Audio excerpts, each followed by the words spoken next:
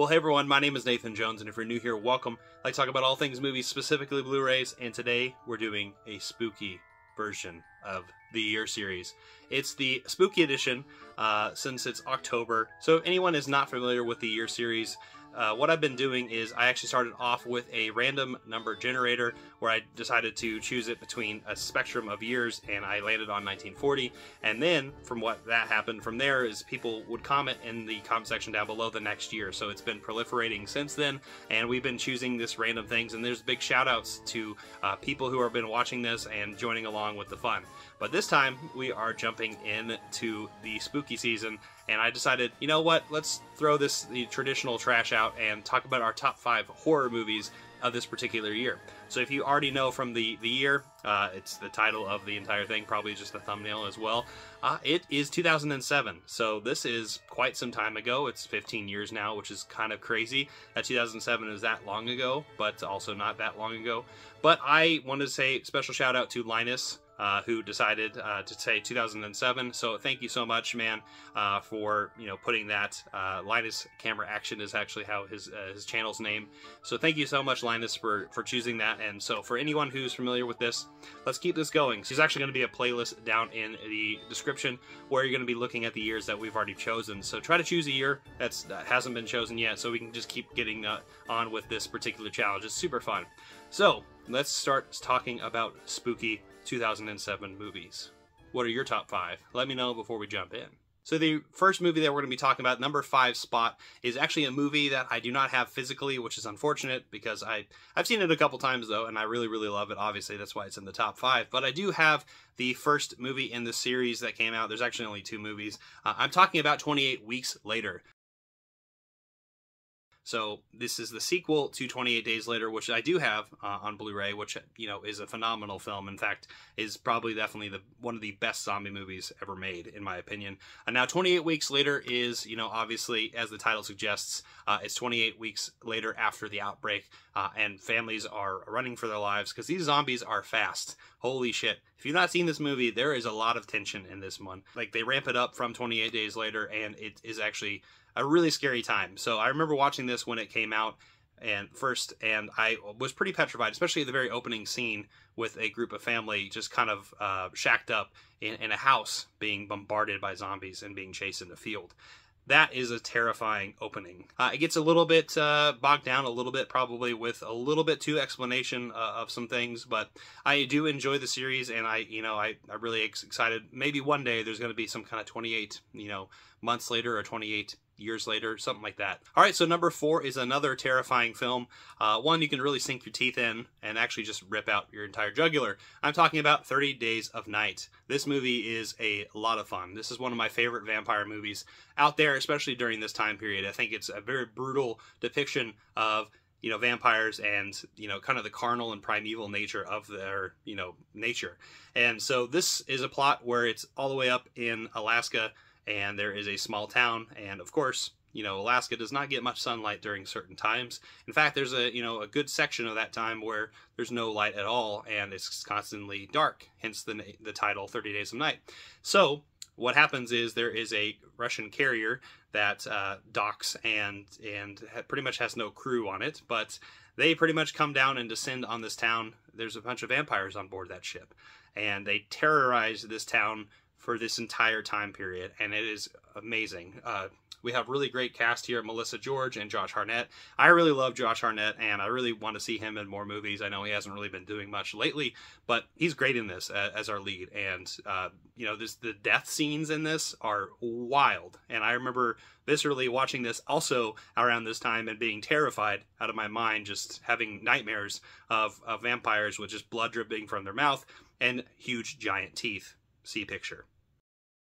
So as you know, it's a little bit of a terrifying moment, but 30 Days of Night, it's one that sticks with you. There's a really great, I love how the story kind of progresses up until the end. It's a crazy one, and it's so worth your time. Definitely recommend 30 Days of Night if you've not seen this movie before. All right, so number 3 is one I actually just watched last night. I rewatched this movie. I've watched this several times in my life, but I actually had to pick up the new edition of the 4K, and I'm talking about The Mist. Stephen King's The Mist. I do not have the Steelbook. The Steelbook didn't really look that interesting to me. Frank Darabont is in this movie. It's Stephen King's The Mist, of course. It's based on the book, but this is a great movie. 4K transfer is pretty good. I don't really feel like it's much of an upgrade, honestly. So just, buyer beware. Regardless, The Mist, what a crazy movie. If you've not seen it, I will not spoil anything on it. But more or less, there's this small town. We got Frank Darabont, who's our main character here, who is just him and his son.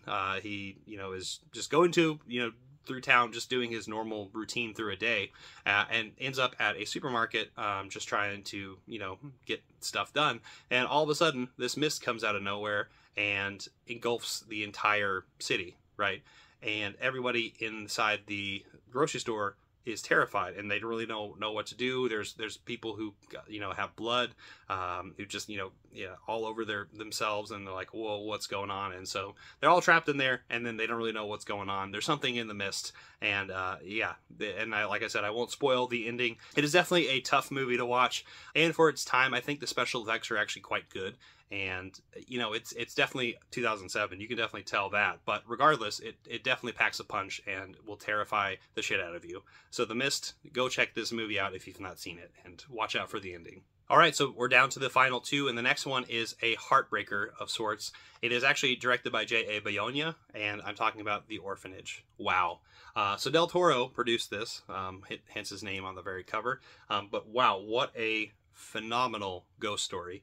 This is definitely in the vein of Del Toro in some kind of way, if you've seen Pan's Labyrinth or The Devil's Backbone, of course. Now, this is a film very much like its title. It's an orphanage. It's a haunted orphanage. And so we have Laura, who is our main character, and her family kind of just coming into this orphanage, and there's something definitely amiss about it. And there's a lot of really frightening sequences, just really creepy atmosphere. The atmosphere on this is like, it's one of the best atmospheric films of the year completely. I think this might actually be the best atmospheric film of the year.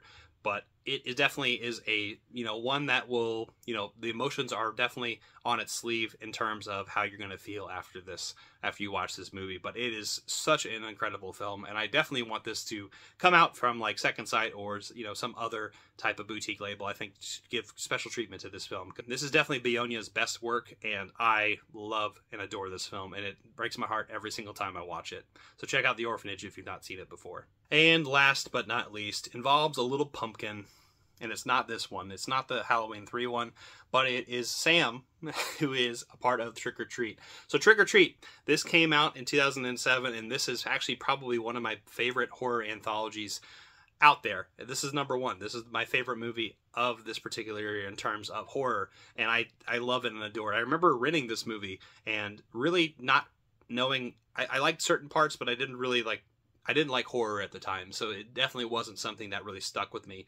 But the stories that are unfold on here in this town and how they're connected in certain ways are quite crazy, and I love this little mascot here. I really wish that there was another, film from this director in terms of something very close to this, or at least another type of horror anthology, because that's what this movie is. It's a great horror anthology, and it has some really great scares in it. It's actually got a pretty cool cast as well. Brian Cox is in it, Anna Paquin, Dylan Baker, Rochelle Aites, Leslie Bibb. Those first two I talked about, those are probably the ones you'll notice, Cox and Anna Paquin.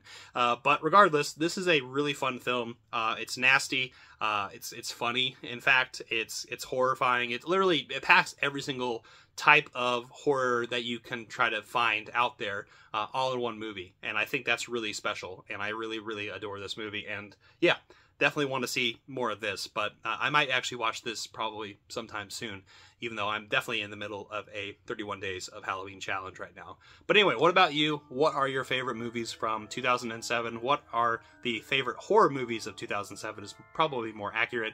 I would love to know down in the comment section down below. I hope you enjoyed this video. What are your choices? Be sure to tell me. Like, comment, subscribe, and I'll see you next time. I'm not jonesing around.